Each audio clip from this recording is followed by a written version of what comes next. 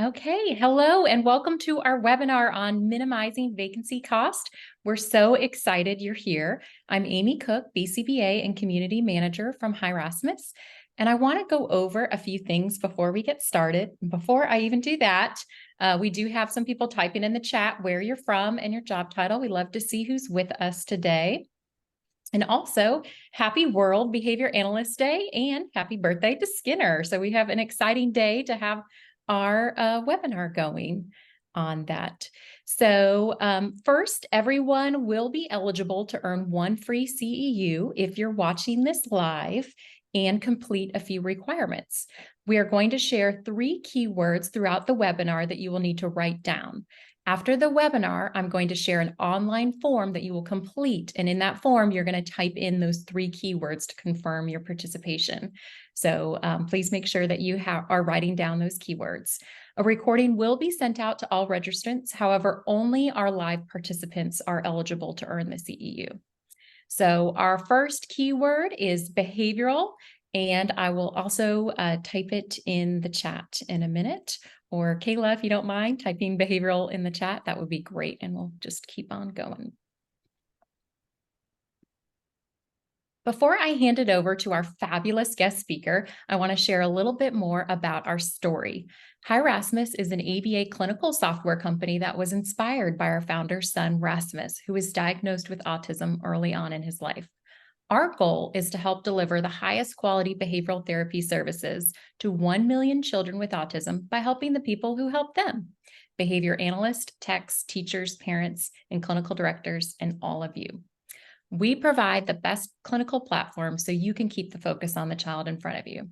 Our team wanted to provide organizations with the latest hiring insights, and we knew Holly Beth would be the perfect guest speaker for this talk. With that said, I will let Holly Beth introduce herself and get us started. Thanks, Amy. You're so kind, and thank you to Rasmus as well. It's truly an honor to be here and to be with all you to discuss some of the challenges. I'm going to awkwardly pull up my screen here in just a moment, and I promise to talk about myself. I think we can all agree that's the hardest thing to do, but let me go ahead and share my screen. Can everybody see the screen? Is that up? Yeah? Okay, so today we're going to talk about, we spoke about the vacancy cost in the title, but I wanted to talk about 5 challenges and suggestions, which all will tie into the vacancy cost, but really the larger concern, I think, for all of us is the cost of how it affects our clients that we serve, and we want to come up with some solution because this is one of the largest negative impacts right now going on in the industry in terms of access to care. So again, really grateful to be here today to talk about it. 5 things I wanted to talk to you about, so you can know who you're talking to and where I come from, a little bit about my background. So I have been in the industry for nearly 20 years, so we won't stay too long on that conversation, definitely aging myself, but it's been a great experience. And on top of that, I am a mother of 2 individuals who are now adults, but special needs in various ways, and have used ABA personally. I have autism as well, and I rely on a lot of our principles to guide me through, and really that's what brought everything to a head for me, is that I see really everything through the lens of ABA as I'm trying to navigate through work and through hiring. There's a lot of great skills that have come from both my autism and my experience in ABA. And I, like I mentioned, I've been in the field. I turned to recruiting in 2018, and I noticed that there was no data and there was no use of analyzing or being able to, shape how we were doing or to reflect. And so what I did was I started to hone in on that. And that became my special interest, is, recruiting and onboarding and scheduling and making sure that we have individuals to provide the therapy to people in need. And so that's been my intention. I've been part of, or peeking under companies of all various sizes across the nation, and outside of America as well, slightly, but all sides of companies. So small, nonprofit, for profit, PE backed, BCBA owned. I've conducted over 30,000 interviews in my time, trained recruiters. I really also want to say, like, the fourth thing about me is that there's no ego. There can't be any ego here. So, please, like, push back on me. Feel free to accept, and take what you want, or leave at the table what you don't want. Some of this is going to be, applicable to some of you, and possibly not all of you. A lot of this is just really to get the conversation going. And hopefully to provide some actionable takeaways for today, because I don't do casual. I try. It doesn't work, so I shoot straight, and I talk about uncomfortable things. I think that's where we grow, and I think that's what I owe the success of behavioral talent consulting, is really to leaning into some of those uncomfortable conversations. So that's a little snapshot of me, but let's get to why you're really here. So we have some learning objectives. My hope is that you will be able to identify what I consider, the top 5 challenges. There's many, and we can definitely go into that with more webinars for sure in the future, and then be able to talk about some proposed solutions. And then I want to define, or would like you to be able to define some clear objectives that you guys could work towards, and then be able to share and commit to at least one thing that you guys are willing to try, or take back to the company. So with that, we're going to understand a little bit about the challenge, from my point of view, from a talent expert point of view. And so in my point of view, there's a lot, as I mentioned, data is the main one, right? Is not being able to look at who are we hiring, are we looking at the right profile? Are we able to use that data to help with reducing biases, training, recruiters, really looking at, improving some of the effectiveness of things. And so neglecting these areas, it really has left everybody very vulnerable to a lot of risks, and carries, it carries a risk that we're going to discuss today, and we're going to go into further, the risk of turnover, the risk of lawsuits, and not understanding, HR law. So really wanted to talk about, investing more in our HR teams. As leaders, we share a lot of responsibility, in taking care of individuals, and a lot of responsibility in protecting our clients and our patients, the people that we serve. And so I want to work towards really leaning into that responsibility and taking those challenges head on. I hope that's what we're here to do today, to really ensure that long-term success and sustainability in the field. And so that let's go ahead and advance and talk about that. I'll leave that there so you guys can chuckle a little bit. I know my TA friends on here are like, oh, yep, feel the herd. So sometimes it feels like we are just herding cattle.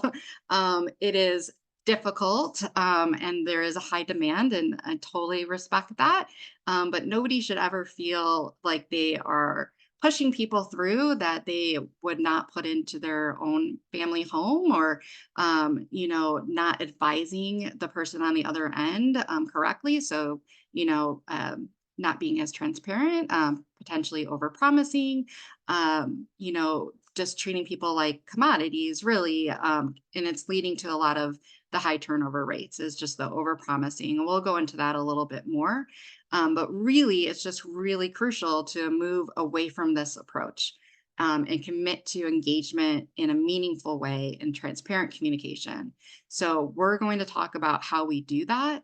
And it doesn't look like the cattle that you see here. It doesn't look like the fast movement, and it's very intentional. And what I hope that you take away with this is how we can empower recruiters to do their job, and to do that, they need the ability to be empowered. And so my first proposed solution is talking about what recruiters are trained to do or what they can have the skill set to do and how they should be looking at interviewing. So recruiting is a lot like criminal profiling. I know, get excited, my true love crime people out there. I know, I love it too. And it's true. So let's see how so. So I went ahead and I put together some duties based on information from Indeed that criminal profilers do and what they partake in. And it was really fascinating to me to look at this and say, yep, we are definitely pretty cool profilers. So yeah, if you're a recruiter out there, pretty cool. They identify behavior patterns. They understand how to investigate and the strategy. They analyze.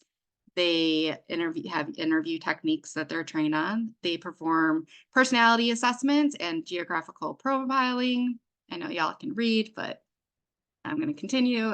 They advise police officers and investigators. They study human behavior and characteristics. They conduct research. They analyze data and they form conclusions. They read and write reports. They engage in ongoing training and they provide expert courtroom testimony. So let's compare this. My question to you, and I'm going to give away to anybody who is the first one to guess this right. So I don't see the chat on here or you guys. So Kayla, Amy, I'm going to leave it to you to tell me who wins. But who can guess how many words that I changed to remove, that I removed or added to write the duties of the recruiter in 2024? Go ahead and put it in the chat. 8, 10. I'll just read out the numbers for you. 12, 6, 20, 7, 22, 29, 6, 25, 3. We're getting close. Okay. 24. Okay. I love the engagement. All right. Well, let's 4, see who's the closest. 23. Keep guessing. Get those in. What you're gonna win is an hour with me. So 36. Go ahead and put that in, whether it's a company or a recruiter or whoever wins. 22. Spend some time. So let's look. I'm going to go ahead and pull this up. The numbers can keep running in. And Amy, at the end, tell me who wins. Okay. But we are going to pull this up. So behavior should be looking for behavior, or recruiters should be looking for behavior patterns in the answers and really making sure that they're assessing that. Let me go back.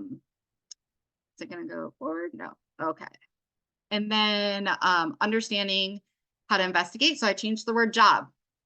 So they're, instead of doing crime analysis, we should be doing a job analysis and making sure that it keeps going backwards. We're going to do this a different way. Let's get creative. They perform, assessments. They should be geographical profiling. And what I mean by that is that you do have to understand the area that you're hiring and that you're, again, removing any biases in that. And that means that we're looking at data and then we advise people. So we highlight it. So we have 1, 2, 3, 4, 5. We're studying human behavior again. We should be your recruiter should be trained at being able to analyze the answers and look for toxicity or potentially looking at things that might be inconsistent in the answers. They should be able to research, they should have sourcing ability to be able to identify who might be looking before they may even know themselves. And reading resumes and we write candidate summaries. So how many are we up to here? We engage in ongoing training, we should, and we provide expert testimony really about the company. And so recruiters do need to know, about the company and make sure that they're able to speak to all the great things and then also to understand where some of the deficits are as well, so that we can help make sure that we are being as transparent as possible and that people are joining a company and prepared for what's to come. So we got 1, 2, 3, 4, 5, 6, 7, and I removed one word, so 8. Okay, I think Kelly St. Clair is our winner, that guest number 8. So thank you everyone for your participation and great job, Kelly. Yeah, awesome. Well, thank you so much. And, I hope, again, I can go into each one of this, but I only get a certain amount of time with you guys.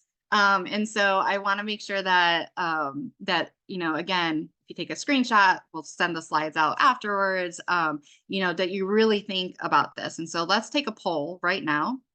So we're going to take our first poll of, do these duties describe a day in the life of your current talent team? I believe Amy's going to send that poll out. I apologize because I tested it. I've got to reset it now because it thinks it's ended. So, but relaunch poll. Okay, let's see. Thank you. Yep. So you should see that there, and go ahead and choose the single one that makes the most sense for you guys. And just for anybody that is listening and can't see it, the question is, are these responsibilities reflective of a typical day for any member of your current talent team? And we have yes, no, partially, and uncertain, and still have a lot of great participation coming in. So I'll give it 5 or 10 more seconds. Still coming in. Maybe I'll give it a little more time. And while you're, if you've already taken the poll while we're sitting here just reflecting, is just to keep thinking about some of those things that I mentioned that recruiters should be responsible for, and, giving them a lot of space to critically think and to have a strategy, and have things to reflect on. Okay, so just about everybody, we had a pretty high participation on there, and these are our results. Awesome. Okay. Yeah. So we have 47 saying yes, they do. 32 saying no, partially, and then 4% uncertain. So I will be honest, I'm a little surprised by that. Glad to see it. Makes me happy to see. Based on some experience that I have in the field of people being pushed through even without having an interview sometimes, that makes my heart very happy to see. So that's good. It means we're on the right track. And I love that. So thank you for your participation. I greatly appreciate it. And yeah, keep having it come through if it can, and we'll continue to look at some of the information. This is the biggest challenge, I think, which is going blind, and not being able to have a line of sight in supporting where some of the gaps might be, analyzing the tools that we're using, analyzing, again, making sure that, each one of us is biased. We're human. And so making sure that we're addressing that by looking at specific recruiter data to look for the biasy with that individual, so that we can prevent that, as, or put measures in place to limit that affecting a hiring decision as much as possible. Also looking at analyzing tools, or analyzing, are the questions that we're asking, is that working out? What is our retention telling us? Can we maybe go back and look at the interview and see if it's, as objective as it can be? Data tells us a lot. I don't have to preach that here for sure. So we're going to do another poll. Let's see. I'll let Amy volley that over to you. We're going to indicate how you use metrics. You can choose multiple, but these are the many ways that data can help support your HR or talent function. I'm excited to see what this, we've got some great participation.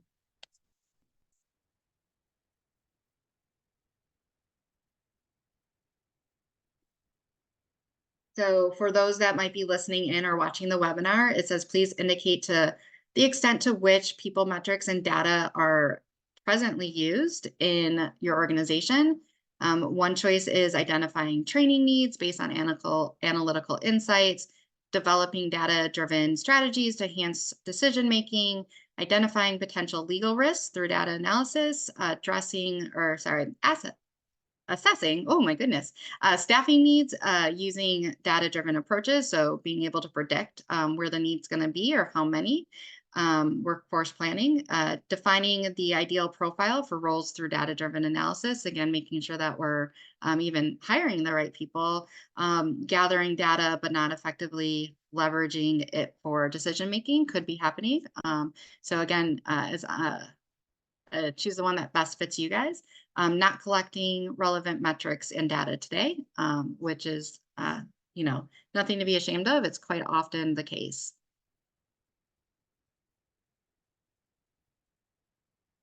Ooh, we got folks coming in.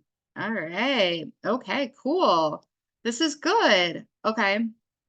Um, Awesome. So 54% are using it to identify training needs. And again, you can choose multiple. So 58% developing data-driven strategies. This is good to see. Identifying potential legal risks through data analysis. Again, this is something that definitely should be incorporated. And then assessing staffing needs using data-driven approaches. 65%. Defining the ideal profile, 35%. That's a probably a large, well, it is a large one that's going to give you information. Having interviews um, that are scored and weighted to be able to reflect back and look at the individuals that are working out, to be able to adjust, would be something, yep, to improve. And then also gathering data for making decisions on tools and things like that. So looks like there's room for improvement, which is always good. If we were all here and everything was being done perfectly, we probably wouldn't be in the crisis that we are. And so I love to see that there's opportunity, is what I'm gathering from this. So that's awesome. Thank you. Um, so, those of you who are doing it, definitely, in the chat, just, feel free to share some of how you're using it. I won't be looking at it, but I want everybody to, this is a community. So I want everybody to be able to talk about what's working, or if you're seeing things that are struggling, or you're not sure, if you are using it, if it's being used correctly, things like that. But the second, solution is really focused on the fact of having our blind sides. So recruiting is the start. Obviously, we're the gatekeepers of letting people in. But when we're doing it blind, or we don't know, the play, essentially, and we're going out on the field, we're left vulnerable, to be able to do the right thing. And so some of that also looks at, kind of looking back at, number one, which is, do we have goals that are sustainable and allow individuals to reject the wrong candidate? And then just looking at the fact that, we all have to lean in together and support each other, and remove some of those blind sides, and so that we're not blindsided. So that would be the second one. Any questions too, feel free to add into the chat, and I'll try to do my best. I can see it now a little bit. I'm trying not to get distracted by it, but also want to talk about, data is great. So it's great that we're looking at the data. That is wonderful. But what is also important is that they tell a lot of stories, and making sure that we have both the quantitative and the qualitative data is huge. And so knowing how to take those stories, and help make the data meaningful, makes sense, and is important. Some of the insights that I've been able to pull, looking on with some of the tools that BTC has access to, is I can see what the attrition rate is for each company. I can look at what their salary range is. I can see a lot, obviously, talking and getting qualitative data from talking to individuals in, we do career counseling. So really probably know way too much about every company out there. And so with that being said, is making sure that we're looking at everything, because some of the data that I see for attrition is not surprising based on the information that I'm hearing from individuals. And so we'll talk about how some of my takeaways that might be helpful, if you've identified certain pain points in your process. But again, just wanted to talk about, data is super important. And again, I know I'm preaching to the choir here, but analyzing the data is even more crucial. And then being able to put it into action is even, it's worth its weight in gold. So we're looking at challenge number 3. Does this resonate with anybody? I'd love to see in the chat. Are we pulling the right lever? Oh my goodness. Are we offering the right thing? Are we reinforcing the right strategies, and reinforcing the right things? So what I'm talking about here is some of those really high sign-on bonuses, or some of the inflated salaries that are unsustainable. I encourage you to really reevaluate some of the reinforcement strategies that you're putting in place for individuals. For example, do promotions and raises come as a reaction, um, and from being threatened that somebody's going to leave, and that potentially filling that role could be a hassle? Are you creating an atmosphere where that is encouraged? Again, are we looking and doing our due diligence when figuring out what the reimbursement rates are and what can reasonably be offered in terms of salaries? Or are we making unsustainable agreements, knowing that they're that we're just looking for a band-aid and a temporary solution? So again, just things to think about. I know, again, I promised I would lean into the uncomfortable, so here we go. Just wanted to talk about that. And of course, we will have a discussion on how we can stop doing that. But you might be thinking, there's a supply demand problem, Holly. How are we going to hire individuals if we're not offering what they want?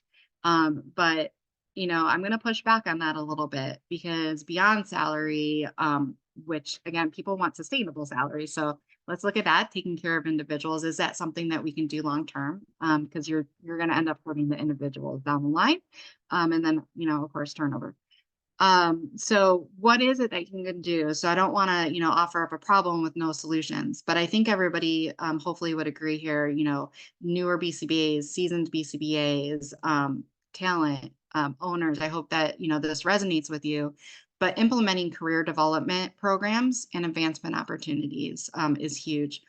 Offering mentorship outside of the company with an expert in the field, that's a huge bonus that you could do. Offering non-monetary benefits such as flexible work environments to some degree. I'm going to also say this is a pain point for us too as recruiters, is that we need people who want to work in the field and work with individuals. So I think that there's an ethical consideration there, and I know we can only be as flexible as makes sense.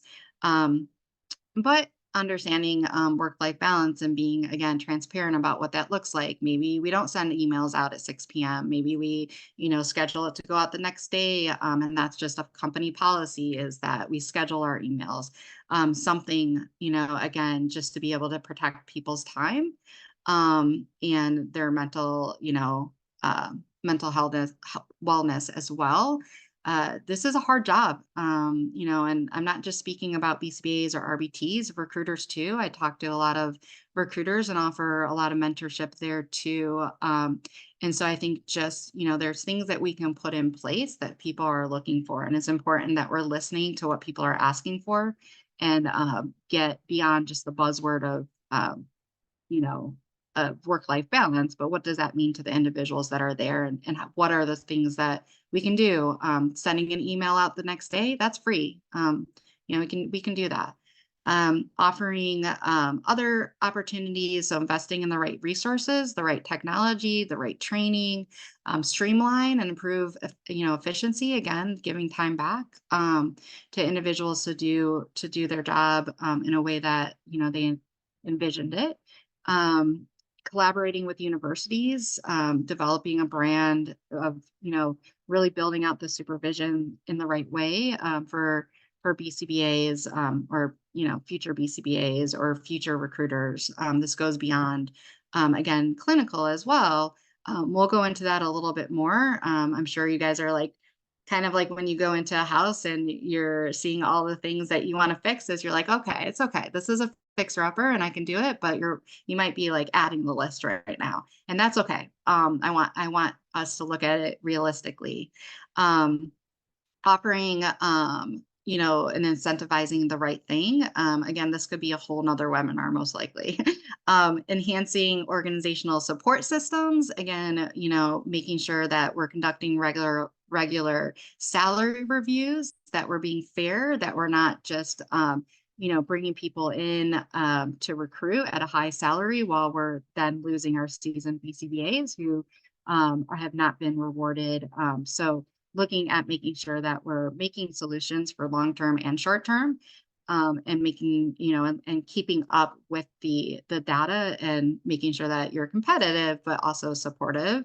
And then developing partnerships in the, in the community so that you can stay in the know and really, keep an ear to the ground of what is it that people are truly saying. I know we think, there's a lot on social media, and so it's really helpful to just sit down and have conversations. So room for learning, and I think that the good thing is this is a community of helpers, all of us, and so let's go ahead and take our poll about, I'm just very curious about what are some of the benefits that you're currently offering your employees. And again, this conversation is, something, just to be fully transparent. Um, we all have opportunity to grow. There are great things that we can offer to improve the change that people are demanding now, and should be demanding in the workforce, which is being, better taken care of. And so, yeah, I would love to see. This is a multiple choice again, just to talk about what benefits you're currently offering. Just curious. No right or wrong answer.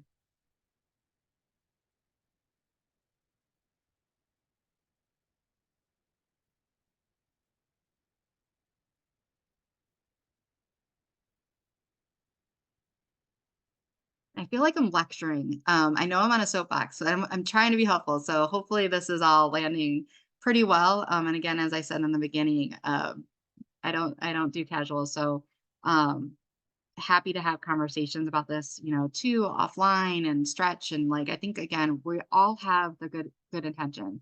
I don't think there's anybody on this call or anybody that's in this field that wants this turnover to, continue.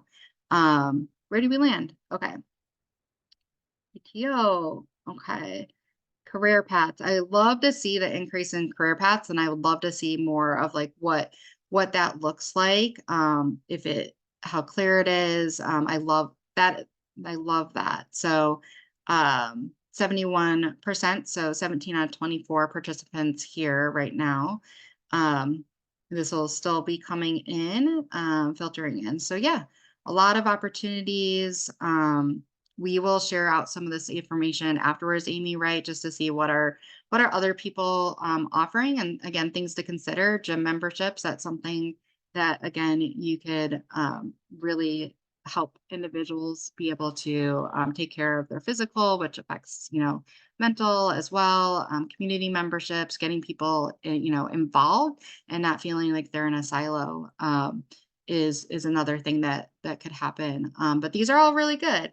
Um, was there anything that, surprised that you guys were surprised to see on here? Anything that you see that you're hoping to maybe offer in your company as well?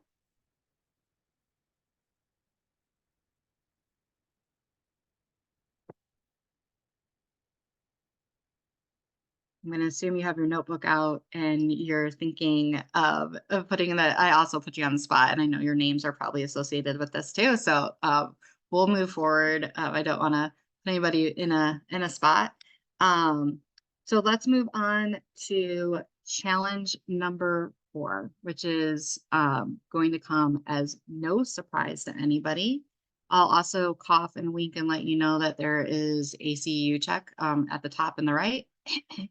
That was a horrible wink and a cough, but you got it. So in the right, go ahead and look at that before I move on to talk about what challenge number 4 is, which is the supply and demand. I don't think that's terribly surprising to anybody. Oh, and it's in the chat too. So yes, the CEU. So I'm gonna pull up this graph. I want to give you guys a moment just to look it over. This graph information comes from the BACB. We just took 2 graphs and put them together just to show the job postings versus the total BCBAs certificates.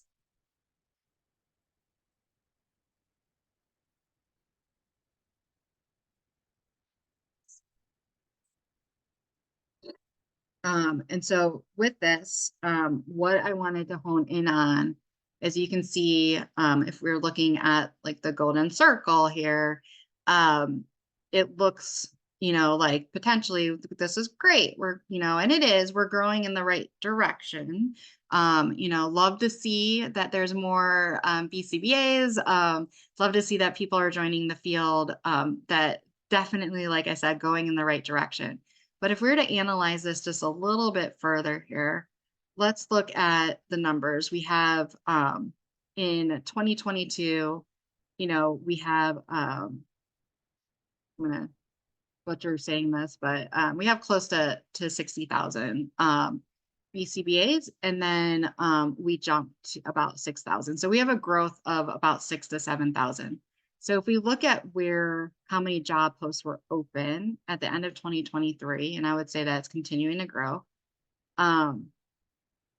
you can do the math. So barely scratching the surface of what is open. So if we're looking at about 65,000 openings and a growth of 6,000 to 7,000 BCBAs, imagine how hard it is, to really grow the field and fulfill some of those needs out there for the family.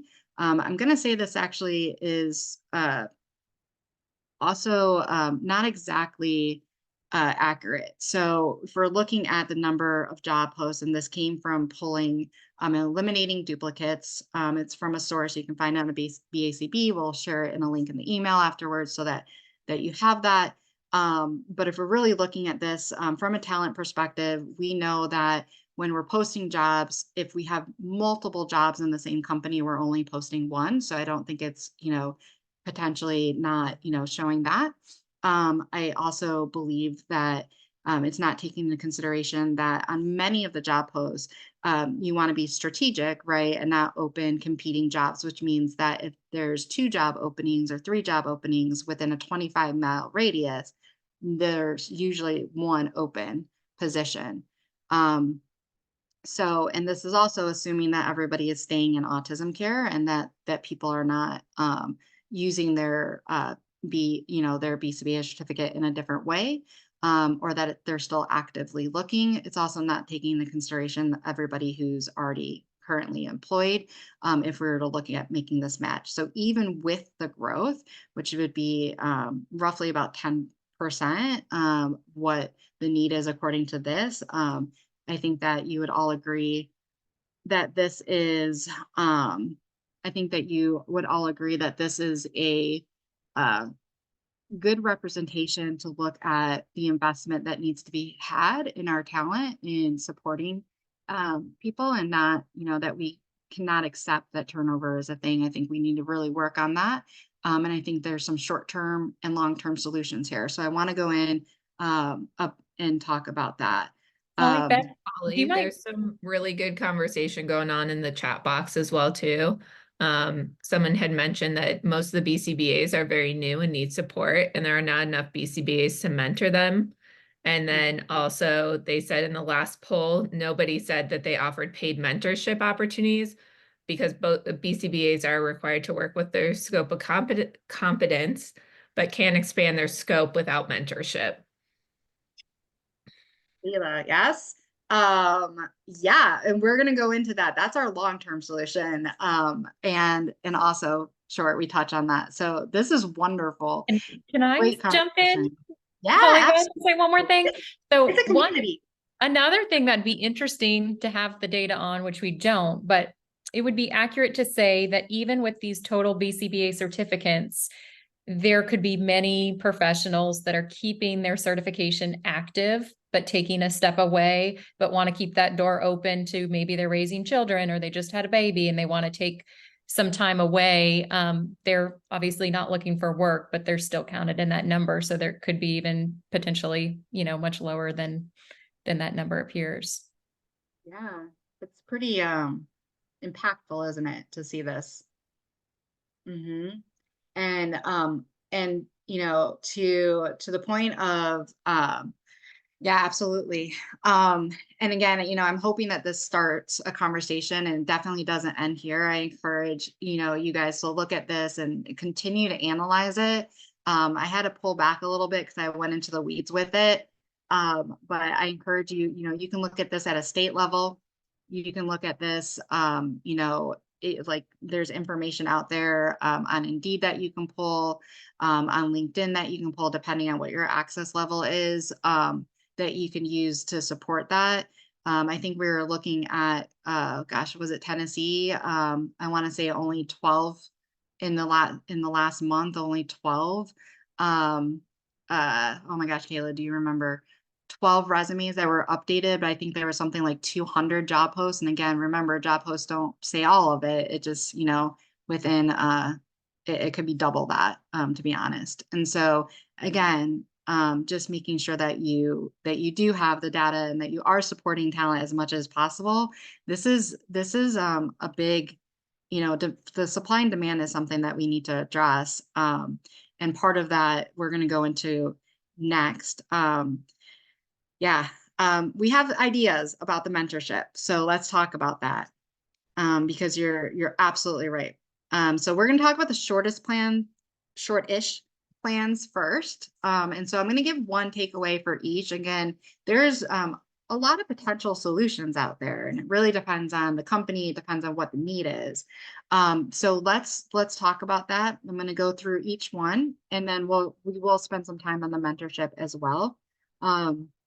With recruiting and hiring. So these are just low hanging fruit, guys. So like just simple solutions that, you know, that could be addressed relatively quickly with not a lot of spend.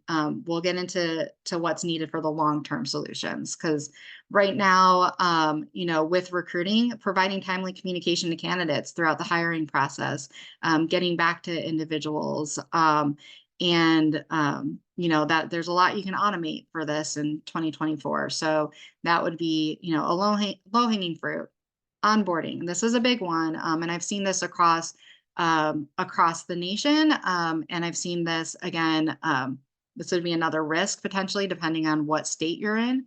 But in onboarding, don't email your employees prior to onboarding. Don't ask them to work or read emails. Don't add to their stress before they're even starting a new job. Starting a new job is stressful enough. When the perception when people are getting emails, or the perception of, you know, even like, again, let's say you're sending an email to your potential, you know, employee that's starting in 2 weeks, and it's coming at 9 o'clock at night. I'm going to tell you what's going through their mind. Is this really what I want to do? What did I get myself into? A lot of, and I think a lot of you will agree to this, a lot of individuals have PTSD in the community. And so even if your culture is better, even if it's a good fit for them, when they're seeing some of those triggers, they are probably not going to show up, and they will continue to look for a job prior to the job, until prior to the start. So I will say that is an easy thing to fix. In California, you will open up an entire book of work, or like can of worms, that you're gonna release, because you can't ask people to work prior. You have to pay them. And so I think it's just best practice. Don't you know, ask people to work or email them prior to start, except unless it's information needed to start. I skipped ahead, sorry guys. And then engagement. So recognizing and rewarding employees for, you know, the behaviors and the achievements that you want to see, and making sure that you're not reinforcing, you know, problem behavior. And so looking at and doing an assessment of performance management, something that you can do and put in place. And then development, so, you know, support employees in setting and achieving career goals.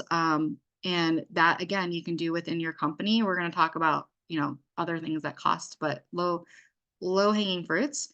I'm also keeping an eye on time, so I'm going to go a little bit faster. Employee relations. I just want to point out here that employee relations is in itself its own department, or should be. And it's not talking about culture of going out and getting coffee or drinks with people. It's about addressing things proactively. It's about leaning into conflicts and issues promptly. It's about transparency. There's so much. So research, if you don't have it, employee relations, and, you know, and look into all that goes involved with that. And then exit interviews, do them. You know, and be honest. My suggestion here is a third party does it because people are going to be more honest. But you can get a lot of good information if people are willing, you know, to give you honest feedback. So that is that. We want to talk about the long-term investment, which is what we're about here, is making sure that we're looking at long-term solutions. And I understand that they cost money. So we're going to talk about some of them, and then we're going to go into where I think that you could pull the money from to be able to support this in your organization. So recruiting and hiring, investing in partnerships and with universities, making sure that your supervision program for future BCBAs are sound, that, you know, that is not an afterthought, making sure that you're preparing them for the job and not to just test and pass.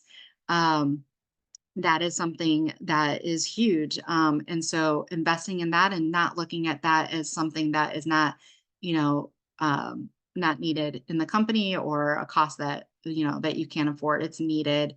You know, you need to take care of the future pipeline. You need to take care of people. As you just saw, we have a massive shortage that cannot be ignored. And then during onboarding, you know, integrating people into the company, focusing on what expectations are so that people can meet them, making sure that the expectations are within their scope of practice.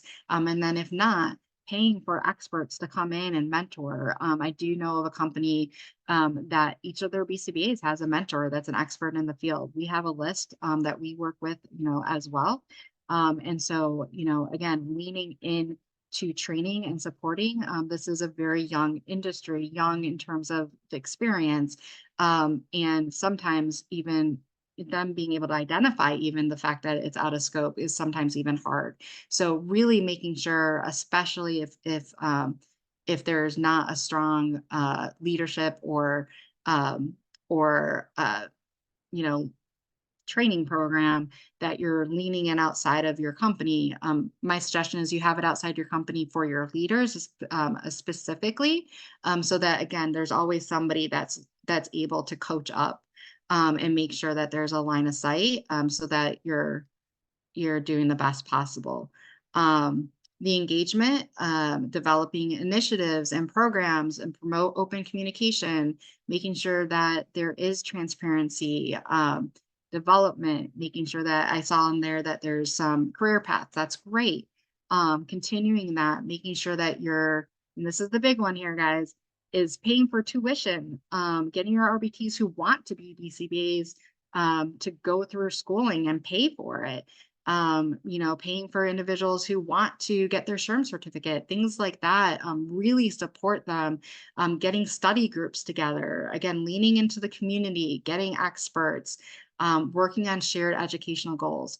And that one to me is the largest thing that you can do to impact the growth of BCBAs and support, is supporting it financially. Also having tuition reimbursement programs, or, you know, tuition forgiveness programs as well. Huge help. And again, employee relations, knowing the policies from day one, that's something that you have to have before you even open your doors. And if you don't have a great HR department or you have none, making sure that you invest in that, you're a huge risk I could spend a lot of time on, but making sure that that you're managing proactively and not reactively. And then again, I mentioned the third party support in terms of exit interviews or analysis of things to really get to the heart of things. While I brought that up, and again, looking at time, I do want to show you really quickly this calculator that we built out. If you go on it, it shows you what it, like how it works. It's based on a 45-year calendar, and it takes into account per state. We've got a little technical difficulty that goes with coding, and I can't solve that. But let's say we were to look at Arizona, for example, and we're looking at your open hours with your current employees or current patients that have need. And so let's say you have 1,000 weekly unfilled hours by RBTs.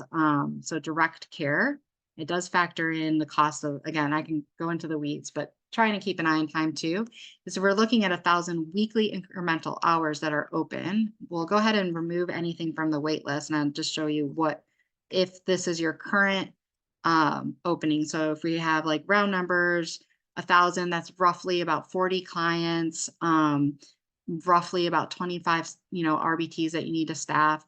This is the incremental annual revenue. And I think that we'll agree that the ROI on investing in somebody's tuition is doable. If we're managing other areas, obviously, of the company and looking at things holistically, there's a lot that goes into this. I'm not trying to simplify it in any means, but I'm just showing that if we were able to look at this on a 45 week, 25 hours a week, potential revenue, this is what your vacancy is costing. This doesn't even include your turnover. There's a lot, hopefully a lot of room for improvement that we can look at this again and just say, where can I support the field? Eventually it's a long-term investment, but the ROI, I think we all agree, is necessary and there, and this is how we impact the future of ABA. So it's there, add in wait list and all of that. Obviously the number goes up.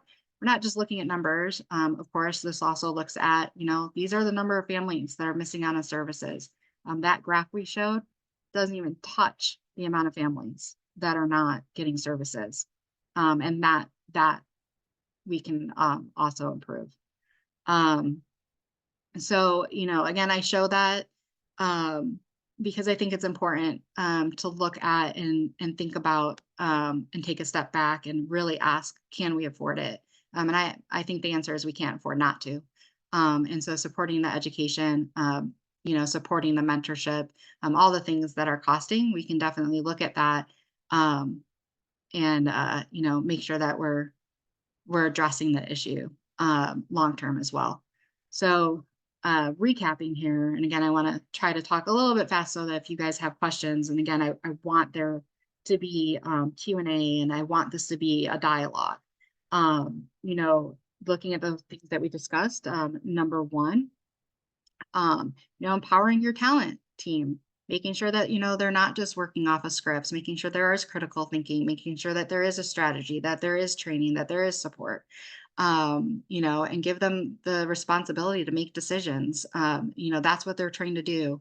And, that should, ethically, it should rely on them and not necessarily BCBAs making those hiring decisions. So rethink that, relook at that.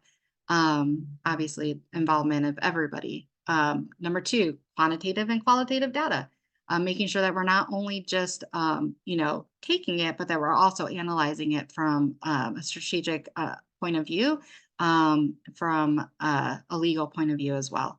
Number three, making sure your benefits and wages are sustainable and meaningful. We want to stop, doors from closing.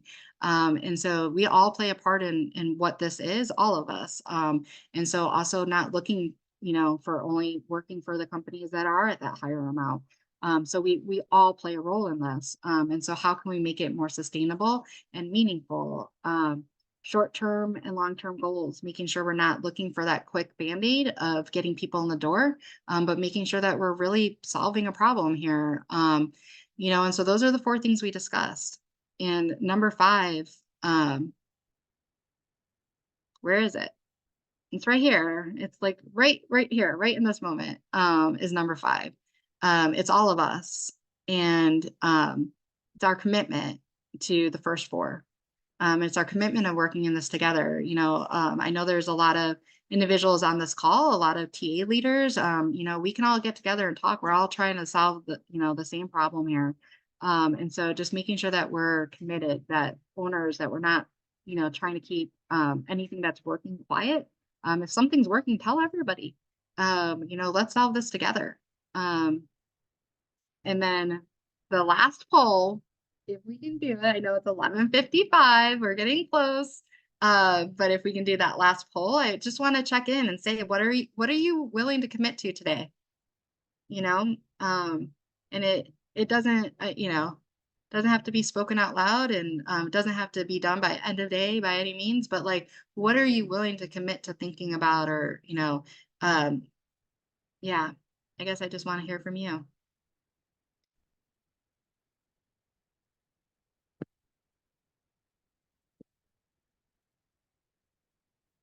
And we'll leave that open, so that you can continue the poll. I'm just going to talk about the last quick thing, which is, how we are able to help if you want. And again, whether it's us or whether it's another organization, whether it's each other, does not matter. But these are the things that I'm proud to say our company excels at and is able to help, which is recruiting for you, helping to set up and do consulting work with HR, retention workshops. I work one-on-one with individuals, mentorship, focused workshops, clinical, mentorship. As we talked about, that's something that's huge. I have a list of individuals that are just wanting to help people that have been in the field for a long time. Again, we're all working together for solutions. And then, that's it. I'll leave this open for Q&A if there's time. I'm so sorry, Amy. I'm a talker. It's a recruiter. It's a blessing and a curse. That was incredible, Holly Beth. Thank you so much. That was such great information. I'm going to go ahead and give you guys the last keyword is consulting, and there will be a link that is about to go out on there. And we do have still some time. If you want to hang on for questions, you can put them in the chat or on there. And Holly Beth, do you want me to keep this, the results, or do you want me to stop sharing that? If people are still, you can probably stop sharing, if people have kind of come through. I think, if you were still thinking about it, write it down. Again, it's a commitment that you promise to yourself, and promise to, the people we serve, and a promise to the candidates that you talk to. Awesome. And Holly Beth, do you mind stopping your screen share so I can just pull up one more quick thing? Oh, this is a challenge. Okay, hold on one second. And I do see one Q&A. So how do you see relationships between clinics and payers changing in the future, if at all? What can clinics do to secure longevity in their business? Yeah, it's a great question. A question I'm going to say I am not trained to answer, but I have some ideas, and I have people to direct you to. So of course my answer is going to be, the more data that we have to support. I think that there needs to be, I think that looking at it from a payer's point of view, they are there to protect. I think, again, we all play a role, making sure that they understand the services, speaking in words that they understand, taking data, again, on what we're doing to help and stop the cookie cutter 40 hours a week. I think that actually has a huge negative impact. But I'm gonna actually send you over to my friends at Juniper. So Juniper are the people that I'm going to say, talk to them. Definitely great people in the space that are making a difference. And so, yep, I'm going to direct you to the experts. Definitely not me on that. So I know when to bow out. So definitely, I think we need to talk about it for sure.